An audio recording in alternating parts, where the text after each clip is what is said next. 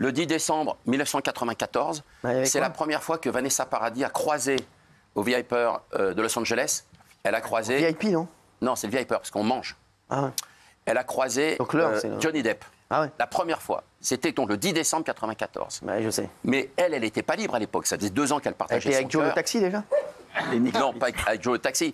Non, avec Lenny Kravitz. Ah oui, c'est vrai. Et lui, il était avec Kate Moss à l'époque. Non, ah ouais, la brindille. Et alors, elle était totalement amoureuse de lui. Elle regardait les séries télé dans le Club Dorothée avec, évidemment, avec Johnny Depp.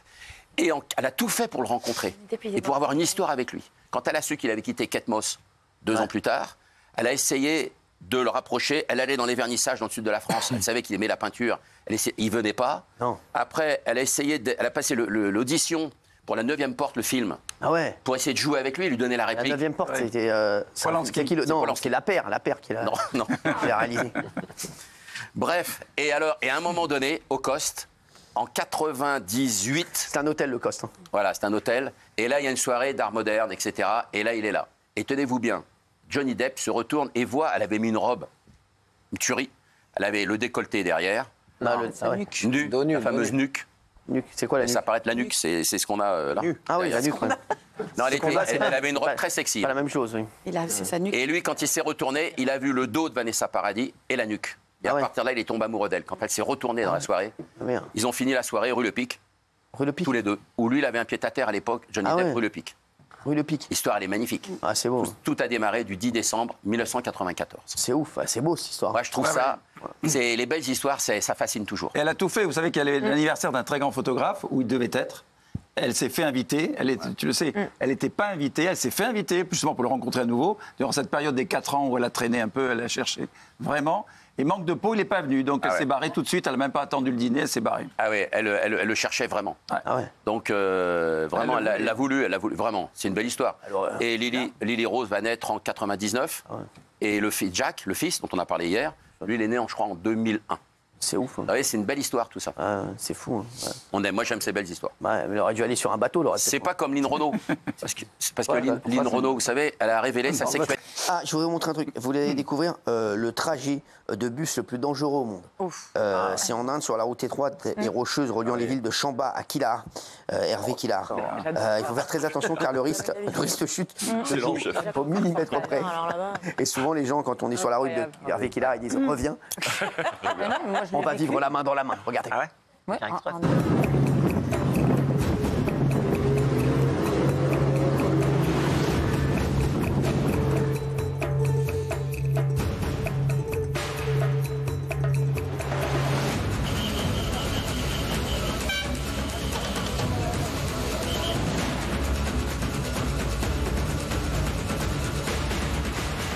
La roue dans le... Il y a mon neveu. Oh là là, la roue arrière. Il y a mon neveu qui demande si c'est Tony qui a posé les lumières de la maison. Je pense que oui.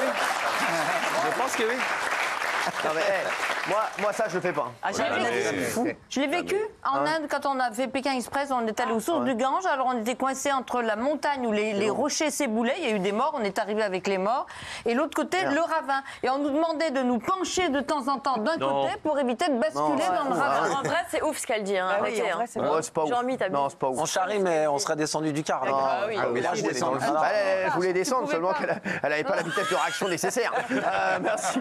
On se retrouve dans un instant sur C8 avec les sacs et Manu. Je voudrais parler de ce père de famille qui s'est retrouvé poignardé de plusieurs coups de couteau à côté de Cannes par un individu devant sa famille. Il a été agressé donc par un groupe d'individus, même pour avoir défendu sa fille qui avait été bousculée à la patinoire. Il raconte son récit, mais surtout sa colère, comme je le comprends, la colère de monsieur. Et c'est vrai que c'est insupportable, cette petite délinquance qui pourrit la vie des gens. J'ai fait exprès. Je veux dire ça, j'ai vu Gilles Verdez a fait comme ça. Bah oui. Non mais ne faites pas comme ça sur ces sujets. Mais pourquoi je ne ferais pas comme ça? Je ne peux pas faire comme ça sur ces sujets. Si je veux faire comme ça, je peux faire comme ça. Oui, mais parce que vous ne le pensez pas. Donc regardez. Mais bien sûr que je le... Ah non, ne pensez pas, regardez.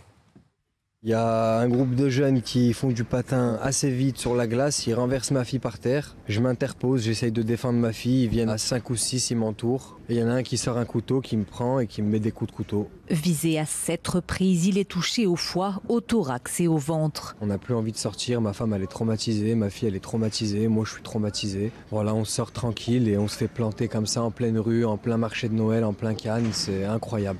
Il marche avec des couteaux, il plante les gens en pleine rue, il se pose pas de questions, c'est normal, il n'y a pas de règles, il n'y a pas de loi, c'est la jungle. Voilà. Bah, il a raison, c'est insupportable de voir ça.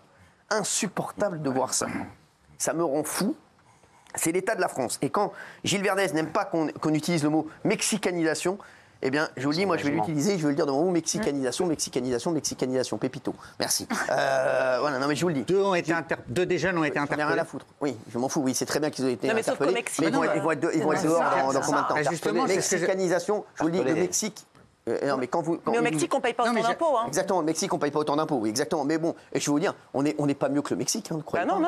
Ah, croyez pas, hein, on n'est pas mieux que le Mexique maintenant. Hein. Croyez pas, quand Gilles Verdez n'aime pas qu'on dise mexicanisation, je peux vous dire, mexicanisation, on y est. On est même au-dessus de la mexicanisation dans certains endroits. Hein. Croyez-moi. Il y a des choses qui se passent en France qui ne se passent pas au Mexique. Croyez-moi, Gilles Verdez. Donc, mexicanisation, c'est un mot qui a tout à fait sa place. Et je dis, Bruno Retailleau, bravo à lui de l'avoir utilisé. Parce qu'il se rend compte des choses. Au moins, il est dans les réalités, Bruno Retailleau, le ministre de l'Intérieur. Voilà. J'allais aller dans votre sens. Non, bah allez-y, allez, vous voulez prendre ma voiture Allez-y. Oui. Les deux jeunes interpellés ont été placés en garde à vue, présentés à un juge pour enfants. Ils seront poursuivis pour violence avec arme. Mais c'est très étonnant, ils ont simplement été placés sous contrôle judiciaire et seront convoqués au tribunal. N'importe quoi. Pour la gravité des faits, je trouve ça très étonnant qu'à minima, il n'ait pas été dans un centre fermé pour mineurs, pour adolescents, et voilà.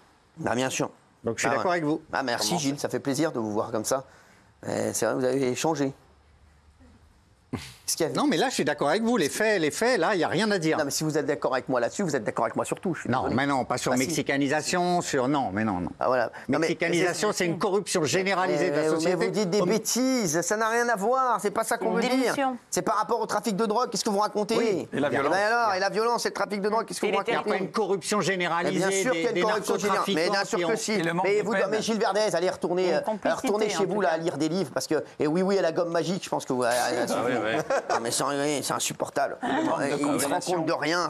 Mais Gilles, il y a des territoires entiers perdus de la République, où la République n'a plus sa place, en fait, où il n'y a plus de services publics, où la police ne peut même plus aller, tout ça. Les médecins, c'est très bien. C'est déjà allé à Melun? Melun, je connais très bien, la Seine-et-Marne, je connais par cœur. Mexicanisation, excusez-moi. De Melun? Quoi? Qui habite là-bas? Melèche. Non, Pépito de Melun. Bah oui, tu connais. Vas-y, on peut pas partir maintenant. Vas-y, viens, on part maintenant. Je l'ai pas vu venir, je l'adore. Il est con, putain. Mais c'est vrai, Pépito de Melun, t'en fais quoi? Non, mais elle est incroyable. On fera pas mieux ce soir. Bravo. Franchement, on fera pas mieux ce soir. Gilles, il a atterri. Il est atterri.